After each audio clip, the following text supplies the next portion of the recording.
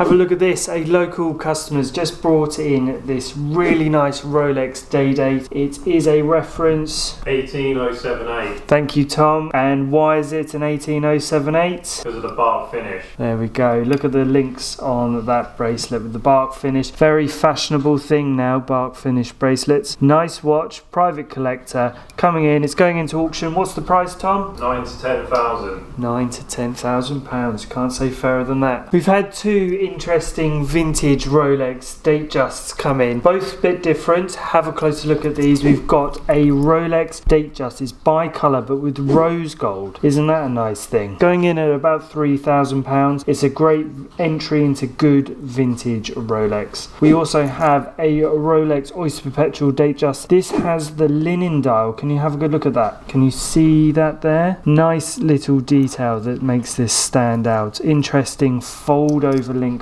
bracelet. Great little watch, and this one's going in at about £2,500. You can find really good value in vintage Rolexes. There's lots of variety and there's lots to choose from at the moment. We've got a really interesting watch that's come in for auction, and I'd really love to show you a little bit more. So local collectors brought in this vintage Rolex bubble back. It's a reference 3133 and it dates to approximately 1945, 1946. It's a really lovely watch in really lovely condition. It's got that lovely two-tone with this rose gold, heavy rose gold bezel and rose gold crown.